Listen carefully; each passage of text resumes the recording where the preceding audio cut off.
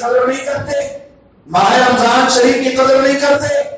ایک روایت میں آیا ہے قیامت کے روز ایک آدمی کو فرشتے زدوں کو کرتے رہیں گے، مارتے رہیں گے. حضور پاک صلی اللہ علیہ وآلہ وسلم سے وہ آدمی فریاد کرے گا، یا سرکار وہاں پہنچ جائیں گے، میرے آقا فرشتوں سے فرمائیں گے اسے کیوں مار رہے ہو؟ فرشتے عرض کریں گے حضور یہ ماہ رمضان شریف کی قدر نہیں کرتا تھا، ماہ رمضان میں بھی گناہوں میں ملوث ہوا کرتا تھا. میرے آقا صلی اللہ علیہ وسلم اس کی سفارش فرمانا چاہیں گے.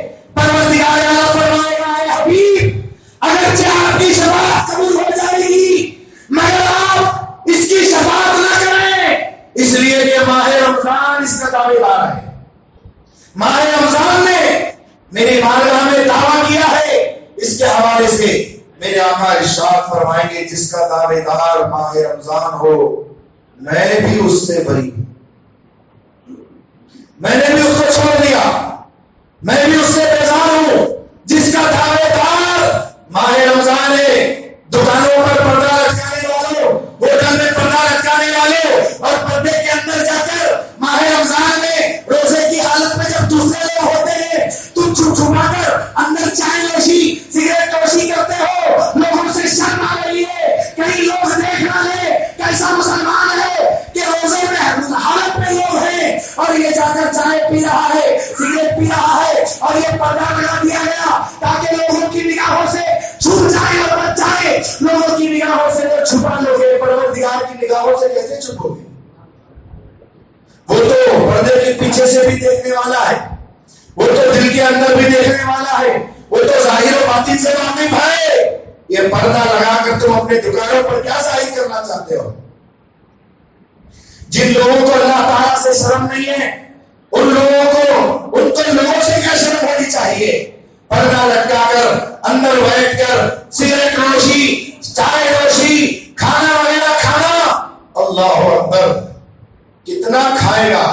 11 مہینے تو کھاتے ہوئے گزرے اور ماہ رمضان میں صرف ایک وقت کا چھوڑنا ہے، بس دوپہر کا کھانا چھوڑنا ہے. سحری تو ہے صبح کا ناشتہ، افطاری تو ہے رات کا کھانا، دوپہر میں ایک وقت کا کھانا اللہ تعالیٰ کے لیے نہیں چھوڑ سکتا تو اور یہ کیا کر سکتا ہے؟ اللہ کے لیے کیا چھوڑ سکتا ہے؟ اللہ صبر اللہ صبر. میرے آقا رحمت عالم صلی اللہ تبارک و تعالی علیہ وسلم کیا فرمائیں گے؟ میں اس آدمی سے بیزار ہوں، میں اس آدمی سے بری ہوں، میں اس کی شفاعت نہیں کروں گا جس کا دعوے دار ماہ رمضان شریف ہے، جس کا دعویٰ ماہ رمضان میں پروردگار عالم عز و جل کی بارگاہ میں پیش کیا ہے. کیا ہے ماہ رمضان؟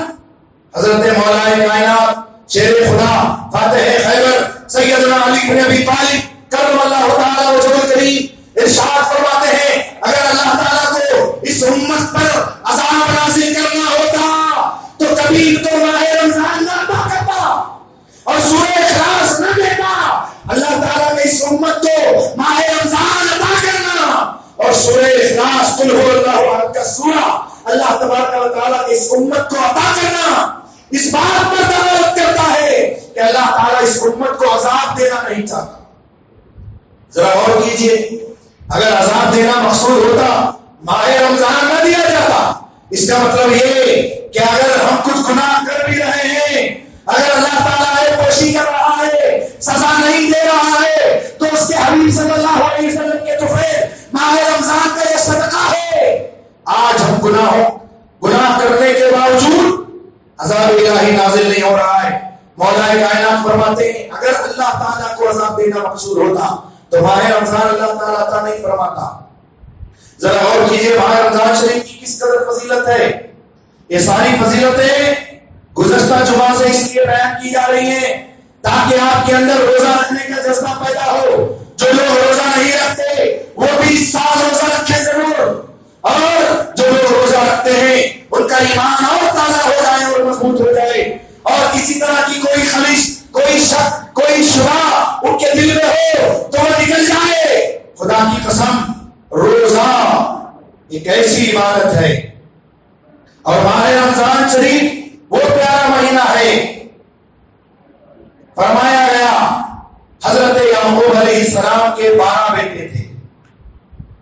ان میں سے سب سے زیادہ عزیز آپ کو حضرت سیدنا یوسف علیہ السلام تھے. ایسے ہی 12 مہینوں میں سب سے زیادہ محبوب ترین مہینہ اللہ تعالیٰ کو ماہ رمضان ہے. اور جس طرح ایک کی دعا سے سارے بخشے گئے ان کے بھائی اور دعا کرنے والے حضرت یوسف تھے، ایسے ہی دعا کرنے والا ماہ رمضان ہوتا ہے. اللہ تعالیٰ اس کے وسیلے سے سارے 11 مہینے کے گناہوں کو معاف فرما دیتا ہے. ذرا غور کرو، ماہ رمضان کی دعا سے یا اس کی برکت سے اللہ تبارک و تعالیٰ 11 مہینے کے گناہ کو معاف فرما دیتا ہے. کس قدر عظیم مہینہ ہے. مگر افسوس امت نے غفلت برتی ہوئی ہے اور دیکھا یہ جاتا ہے بہت شو چلتا ہے ماہ رمضان میں. کیسے شو چلتا ہے میں آپ کو بتاؤں. یعنی ایک دوسرے کو دکھانے کے لیے اچھے سے اچھا پکوان پکا کر اڑوس پڑوس میں لوگ اس لیے تقسیم کرتے ہیں تاکہ یہ بھی ایک طرح کا شو ہو جائے اور لوگ اس کی تعریف کریں کس قدر ماہ رمضان کا احترام کر رہا ہے. اور نیت کیا ہوتی ہے اس کے دل میں؟ شو کرنا، دکھانا. اللہ اکبر. ایسی شو بازی سے باز آ جاؤ اور روزہ رکھ کر کے جا کے دوسروں کو پوچھتا ہے روزہ کیا بھائی تمہیں روزہ یعنی یہ جتانا ہے کہ میں روزے سے ہوں. تمہیں روزہ ہے کہ نہیں؟ اسے معلوم ہو جائے کہ یہ بھی روزے سے ہے. جبکہ یہ سب جانتے ہیں کہ الحمدللہ ماہ رمضان تو روزے ہی کا مہینہ ہے. یہ تو پہلے پوچھتے تھے. آج کا معاملہ یہ ہو گیا ہے اللہ اکبر کبیرہ. پہلے لوگ پوچھتے نہیں تھے روزہ ہو یا نہیں، لوگوں کو معلوم تھا اور لوگ سب جانتے تھے کہ مسلمان کا بچہ ماہ رمضان کی قدر کرتا ہے. اور ہر بچہ جو سمجھدار ہے وہ بھی روزہ رکھتا ہے. بڑوں کا تو کیا کہنا، بڑے تو روزہ رکھتے ہی ہیں مگر چھوٹے بچے بھی روزہ دار ہوتے ہیں، اس لیے وہ ایک دوسرے سے پوچھتے نہیں تھے. مگر آج پوچھنے کی وجہ آپ جانتے ہیں کیا ہے؟ اس لیے کہ ماہ رمضان کے بارے میں لوگوں نے یہ سمجھ رکھا ہے کہ جو چاہے روزہ رکھے جو چاہے نہ رکھے. اس لیے یہ خود روزے سے نہیں رہتا تو دوسروں کو پوچھتا ہے روزہ ہے کیا بھائی. یعنی اس کو اب اس بات کا یقین نہیں رہا کہ سب لوگ روزے سے رہیں گے، اس لیے ایک دوسرے سے پوچھتا ہے روزہ ہو کیا. معاذ اللہ رب العالمین. کس حد تک مسلمان گر چکے ہیں کہ ایک دوسرے کو پوچھنا پڑ رہا ہے روزہ ہو کیا. اللہ الصمد. اور ماہ رمضان شریف میں بہت ساری چیزیں ایسی ہوتی ہیں جو نام و نمود پر دلالت کرتی ہیں. افطاری کراؤ وہ بھی ایک شو ہے. آج افطار پارٹی چل رہی ہے، دکھانے کی پارٹی. بڑے بڑے لوگوں کو بلایا جا رہا ہے، بڑے بڑے مالداروں ضرورت مندوں کو بلایا جا رہا ہے، مگر فقیروں اور غریبوں کو بالکل بھلا دیا جا رہا ہے. چاہیے تو یہ تھا افطار پارٹی کرتے اور غریبوں کو بلا کر کھلاتے، مگر نہیں، دکھانے کی افطار پارٹی. یہ بھی ایک شو کی افطار پارٹی ہو رہی ہے. جس کو دیکھو افطار پارٹی کر رہا ہے، جس کو دیکھو افطار پارٹی کر رہا ہے. اور یہ سب لوگوں کو دکھانے کے لیے، نام و نمون کے لیے. معاذ اللہ رب العالمین. ایسے ریاکاروں کے بارے میں، ایسا دکھاوا کرنے والوں کے بارے میں جو صرف عمل اس لیے کرتے ہیں تاکہ لوگوں کو دکھائے اور سنائے. میرے آقا ارشاد فرماتے ہیں قیامت کے روز اس کا عمل اس کے منہ پر مار دیا جائے گا اور فرمایا جائے گا او بدکار ہو ریاکار، جاؤ اسی کے پاس اپنا عمل کا بدلہ لے لے جس کو دکھانے کے لیے تو نے کیا تھا. زکات دیتے ہیں لوگ، اس میں بھی دکھاوا آ گیا ہے. سیٹ صاحب ہزاروں کی زکات نکال رہے ہیں، سب کو دکھا کر کے آگے روڈ میں تقسیم کر رہے ہیں. یہ سب کیا ہے؟ یہ دکھاوا ہے، ریاکاری ہے. اللہ تبارک و تعالیٰ ایسے ریاکار کو کبھی پسند نہیں کرتا، بلکہ اس ریاکاری کو شرک اصغر فرمایا گیا ہے. چھوٹا شرک. اللہ الصمد. اس لیے ایسا عمل مت کرو لوگوں کو دکھانے کے لیے، پروردگار عالم عز و جل کو راضی کرنے کے لیے کرو۔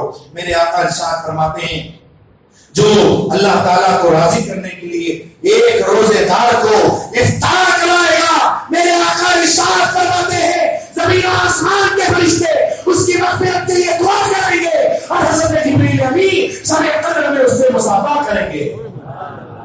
لیکن اسے پتا تو نہیں چلے گا کیونکہ وہ جانتا تو نہیں، فرشتے شکل بدل کر کے آتے ہیں، اسے معلوم نہیں ہوگا، لیکن حضرت جبریل امین علیہ السلام اس سے ملاقات کریں گے، مصافحہ ایک کس آدمی سے کریں گے جو ریاکار نہ ہو، دکھاوا نہ کرتا ہو۔ ریاکاری مت کرو، دکھاوا مت کرو، اللہ تعالیٰ کو ریاکار بڑا ناپسند ہے، بلکہ ایسوں کے تعلق سے فرمایا گیا چمکتے چمکتے ان کے اعمال نور کی طرح روشن و منور آسمانوں کی طرف چلیں گے، آسمان کی بلندی تک ان کے اعمال پہنچیں گے اور اس میں چمک دمک ہوگی، لیکن جب آسمان پر پہنچیں گے فرشتے یہ کہہ کر کے دھتکار دیں گے کہ جاؤ، اس کے لیے آج دروازہ نہیں کھولا جائے گا کیونکہ یہ ریاکار ہے، دکھاوا کرتا ہے، لوگوں کو دکھانے اور سنانے کے لیے عمل کرتا ہے۔ ایسے شخص پر ہماری لعنت ہو اور آسمان و زمین کے فرشتوں کی، اللہ اور اس کے رسول کی لعنت ہو۔